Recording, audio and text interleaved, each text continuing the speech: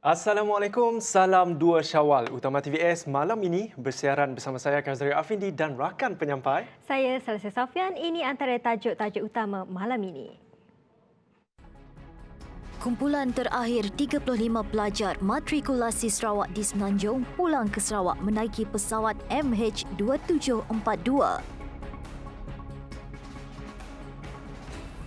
Tiada mangsa terlibat di 2 unit kuartus guru sekolah kebangsaan Long Bemang.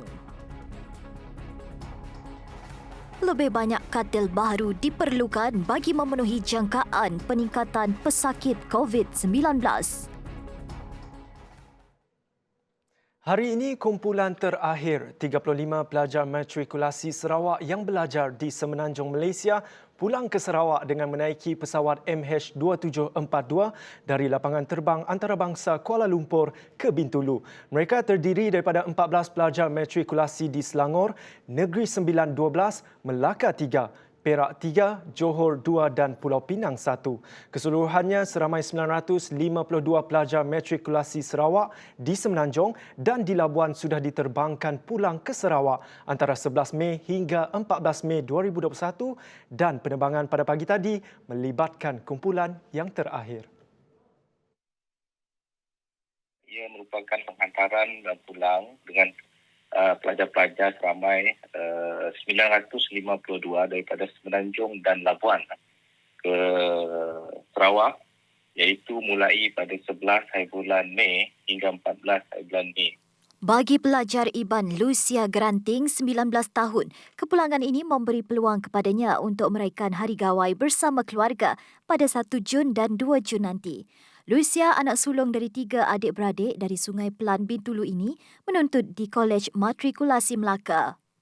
Perasaan terharu dapat pulang menjelang gawai yang akan diraih tidak lama lagi. Turut dikongsikan rakannya Konseska Kueh Agustin 19 tahun yang berketurunan Bidayuh. Menurut Konseska yang turut menuntut di Melaka pada mulanya, mereka sangka mereka akan terkandas di Semenanjung sehingga selepas gawai, memandangkan keadaan pandemik COVID-19 semakin membimbangkan. Muhammad Iqmal Moh Safwan, 19 tahun dari Kidurong Bintulu yang menuntut di Kolej Matrikulasi Johor turut berterima kasih kepada Rumah Sarawak di Kuala Lumpur dan Sarawak Volunteers yang menyediakan makanan dan menjaga kebajikan pelajar Sarawak di Semenanjung. Pegawai Perhubungan Rumah Sarawak di Kuala Lumpur, Awang Supian Awang Daud menghantar pulang pelajar-pelajar berkenaan pagi tadi dan pasukan dari Rumah Sarawak turut mengagihkan makanan dan minuman untuk mereka sebelum mereka menaiki pesawat penerbangan dari KLIA ke Bintulu. Itu saya anggap mereka sebagai anak-anak saya sendiri. Saya tahu perasaan ibu bapa mereka yang berada di Sarawak terutamanya, dan saya sendiri mempunyai anak dan saya memahami apa perasaan mereka, terutamanya apabila hari perayaan telah dekat.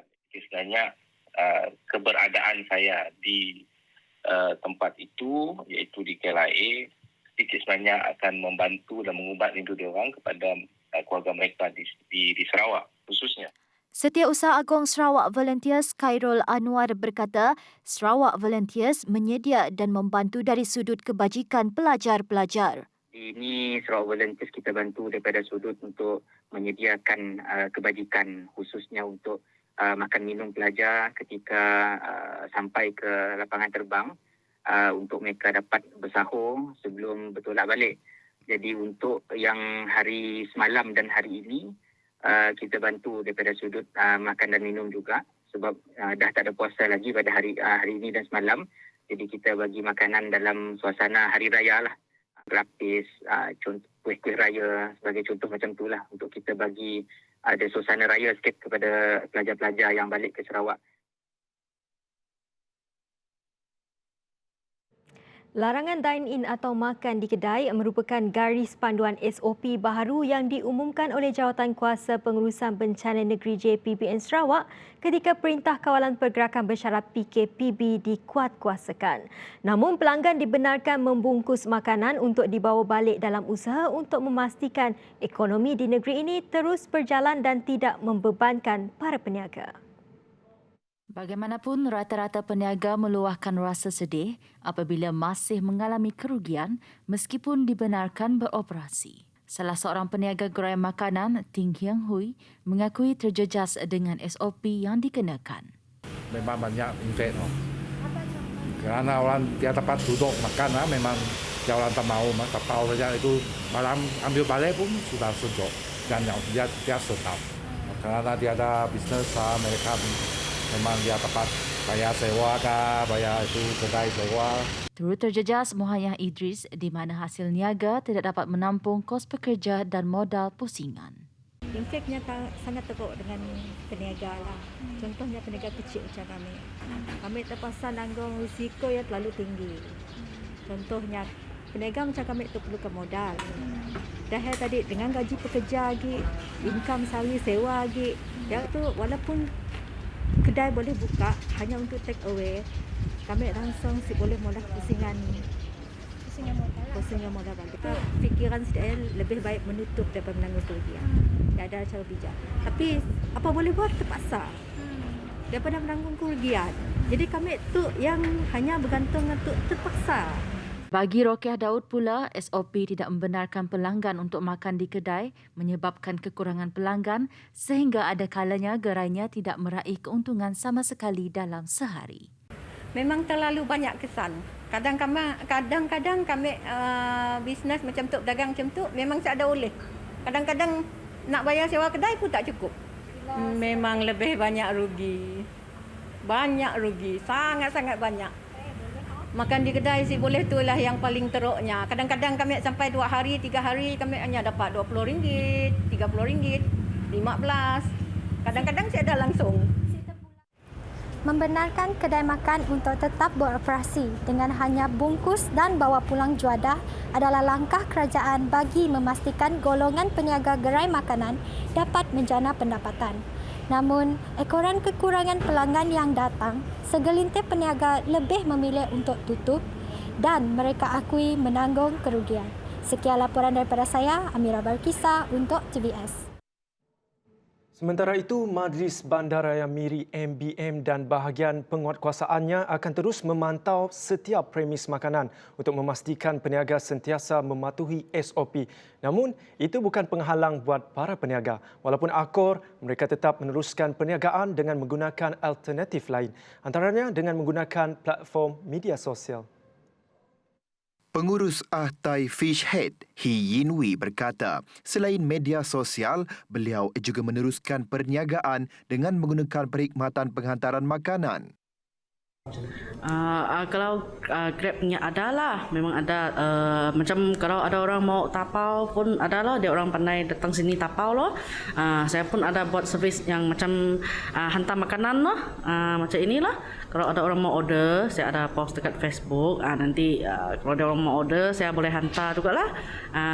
Lepas tu pun ada bagi nombor telefon, dia orang mau order, awal dulu order, nanti dia orang datang sini ambil lah, macam inilah. Memang ada kurang sikit lah orang tidak macam dulu bah. So that's why macam ini sajalah. Sementara bagi pengurus Jasmine Cafe, beliau berasa amat bernasib baik kerana masih menerima tempahan daripada pusat dan hotel kuarantin. Kita tidak boleh dine in restoran makan. Tapi start macam ini actually ialah bagus. Tapi for economy, for kita orang buka kedai, memang susah lah. Macam so, nasib macam kedai saya, ada sikit kuarantin punya hotel, saya mesti ada sikit tapau bikin lah. Sementara itu, dengan penetapan restoran, kedai makan bistro, kafe, gerai makanan dan minuman tidak menawarkan perkhidmatan kedai secara dine-in, perkhidmatan e-hailing telah menjadi satu-satunya perkhidmatan yang banyak dimanfaatkan. Jocelyn ada laporannya. Tinjauan TVS mendapati beberapa penghantar makanan menyambut baik keputusan ini. Kebanyakan mereka mengambil peluang ini di mana ia secara langsung membantu menambah pendapatan mereka. Untuk bagi saya lah, untuk SOP yang terbaru, order bertambah dan gaji so far alhamdulillah bertambah. Dan untuk SOP itu ada kebaikannya lah untuk rakyat. Okey. kebaikan apabila kami orang apabila dapat SOP baru tu nya order untuk Foodpanda dan GrabFood all foreigners yang kerja as delivery nya akan jadi bertambah lah. Yang akan bertambah. Jadi halnya akan meningkatkan rezeki kami orang lah. Alhamdulillah lah. And then bagus lagi apabila nya mengelakkan untuk daripada sidak duduk dalam kedai, makan dan sebagainya. Nya akan supaya mengelakkan makin besar kes. Penghantar makanan Foodpanda Halim berpendapat selepas SOP baru dikuatkuasakan, tempahan yang diterima telah meningkat sebanyak 50%. Dalam order sekarang ni sungguh meningkat ada jugalah dalam segi dalam 50% macam tu. Lepas tu faedah macam sekarang tidak boleh duduk dalam restoran. Boleh order Foodpanda, tunggu duduk rumah saja. Lepas tu dari segi gaji meningkat sikit lah. Namun begitu, bagi Lim Eng Lun, pendapatan mereka bergantung kepada kepatasan pengusaha makanan dalam menyiapkan setiap tempahan makanan. 现在因为这个 SOP 新的 SOP， 我们的 order 会比较快，会比较多，然后会比较忙咯。就是看如果是 vendor 做的比较快的话，我们不用等很久，我们的收入当然会增加。如果像 order 的话，我们要等很久，要等1个小时，我们的收入也不会增加到很多，所以就看 vendor 咯。然后这个 SOP 因为很多人不能尝试了。order 是肯定会增加。 Dalam temu bual, kami mendapati untuk penghantar makanan, SOP baru dapat menolong mereka meningkatkan pendapatan mereka dan secara tidak langsung mendapat mengawal penyebaran COVID. Laporan Jocelyn bersama juru kamera Aziz untuk TVS.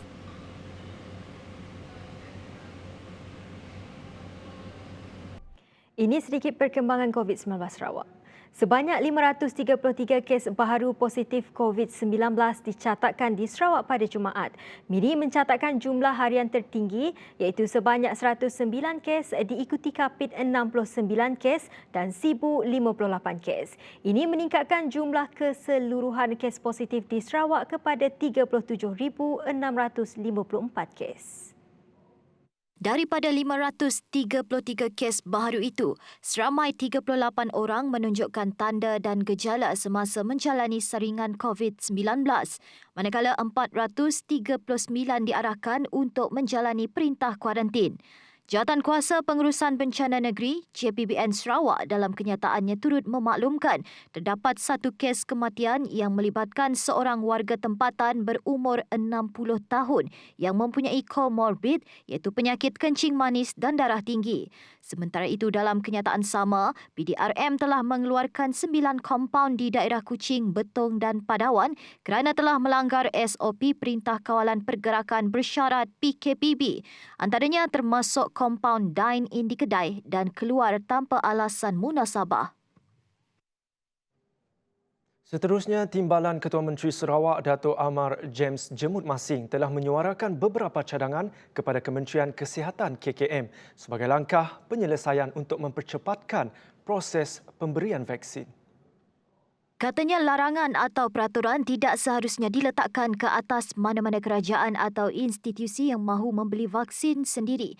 Kerajaan Persekutuan juga tidak sepatutnya menjadikan keuntungan ekonomi sebagai salah satu faktor untuk membuat keputusan berkenaan perkara ini.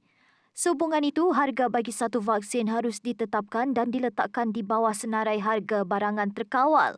Hukuman dan penguatkuasaan yang sangat ketat haruslah dikenakan kepada mana-mana badan yang tidak mematuhi peraturan tersebut. Kerajaan Persekutuan turut digesa untuk mempertimbangkan kebenaran membeli vaksin yang telah disyorkan oleh pengeluarnya secara terus dari luar negara. Menurutnya, Sarawak mempunyai dana sendiri untuk melaksanakan proses vaksinasi. Beliau yakin Sarawak akan berjaya mencapai kekebalan berkelompok daripada wabak COVID-19. Lebih banyak katil baharu perlu disediakan di pusat rawatan dan kuarantin serta hospital MIDI. Ia bagi memenuhi jangkaan peningkatan pesakit COVID-19. Sehingga kini, 6 pusat kuarantin dan hospital memiliki 1,152 buah katil. Daripada jumlah tersebut, sebanyak 1,100 katil telah digunakan. Katil tambahan diperlukan melihat kepada peningkatan kes positif dari kawasan luar bandar, kampung dan rumah panjang di kawasan tersebut. Ia termasuk Beluru, Subis, Telang Usan dan Marudi.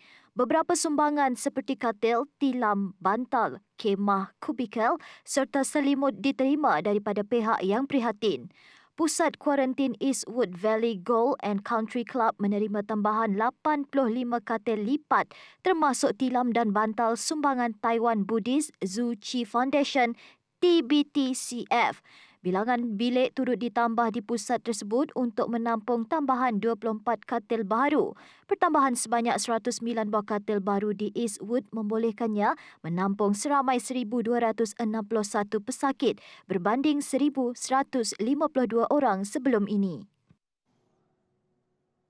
Jika dahulu terminal bas selalunya sesak dengan penumpang, kini ia sesak dengan barangan kiriman untuk keluarga yang jauh sempena Hari Raya Aidilfitri.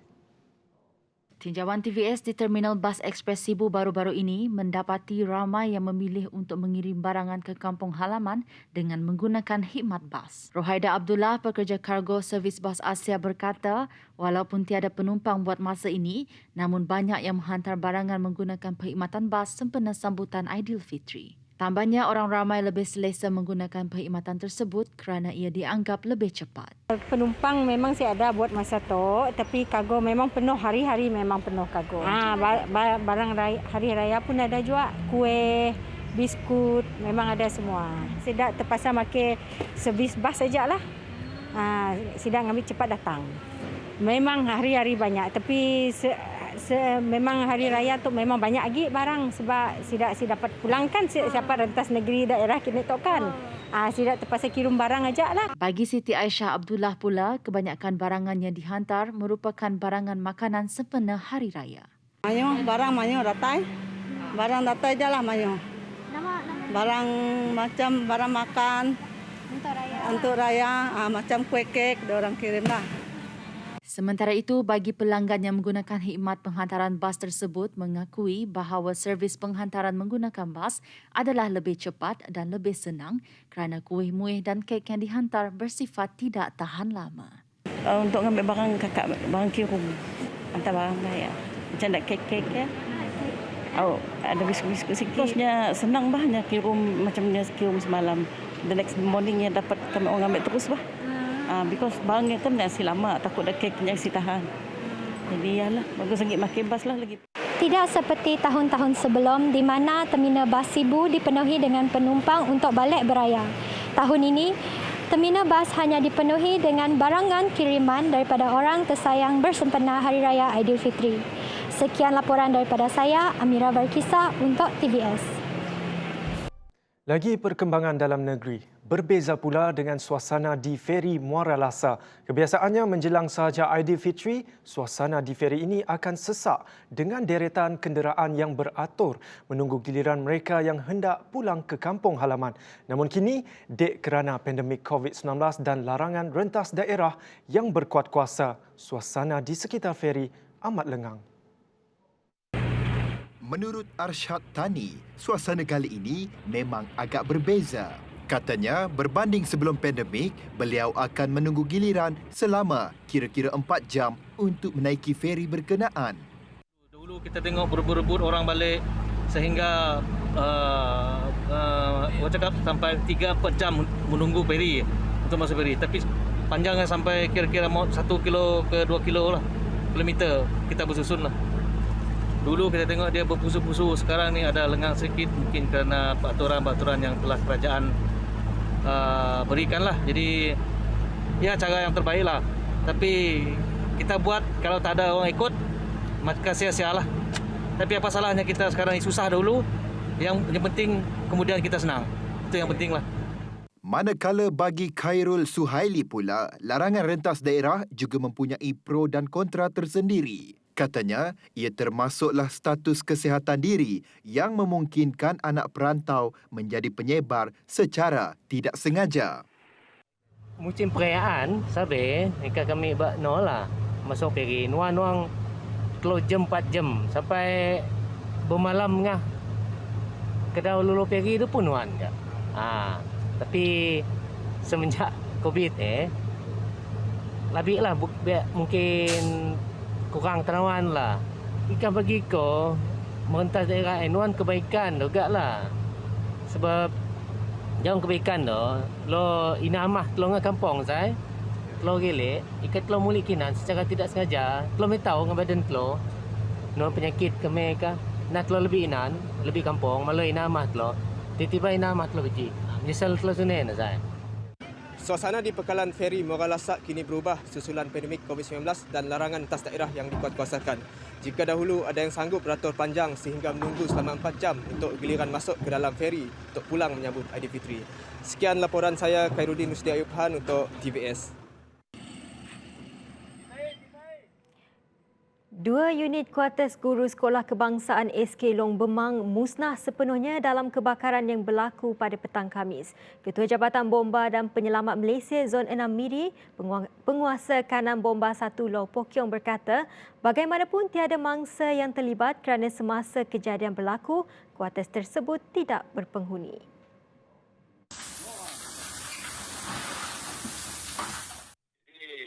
Kebetulan sekolah bercuti. Jadi kuartus berkenan tiada penghuni lah ketika berlaku kebakaran.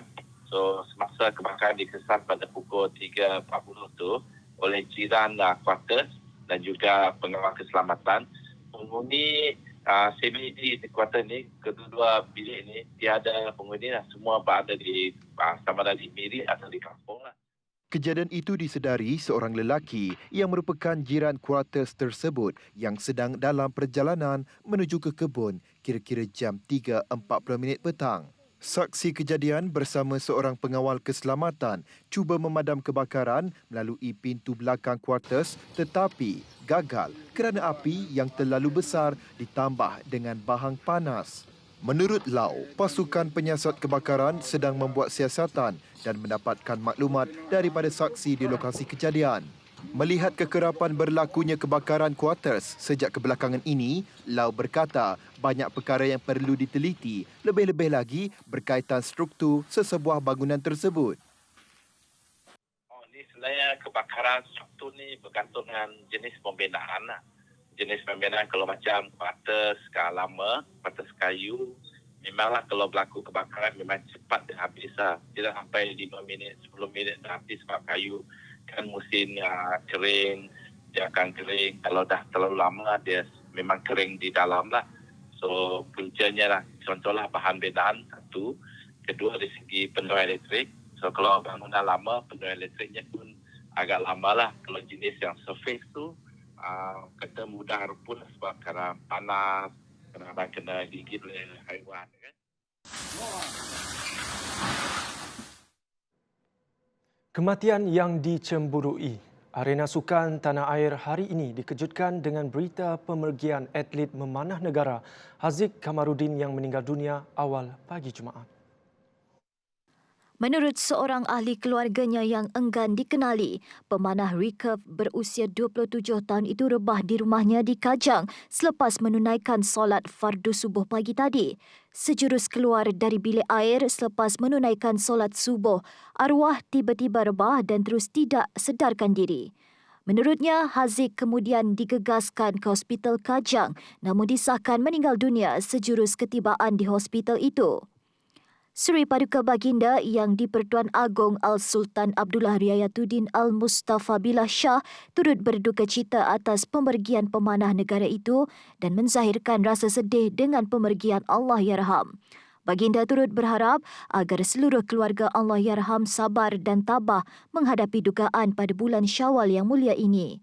Pemanah berasal dari Johor itu pernah mewakili negara ke Tamasya Sukan Olimpik sebanyak 2 kali iaitu pada edisi London 2012 serta Rio 2016 di Brazil dan selama ini mengejar slot kelayakan ke Sukan Olimpik Tokyo yang dijadualkan berlangsung dari 23 Julai hingga 8 Ogos akan datang.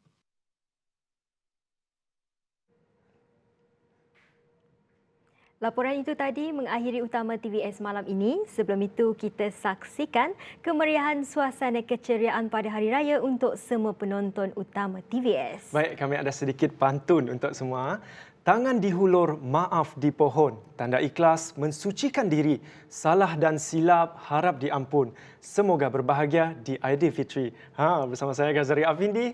Dan saya Salisia Sofian. Selamat Hari Raya Aidilfitri. Maaf zahir dan batin. Selamat malam. Allahu Akbar, Allahu Akbar, Allahu Akbar. La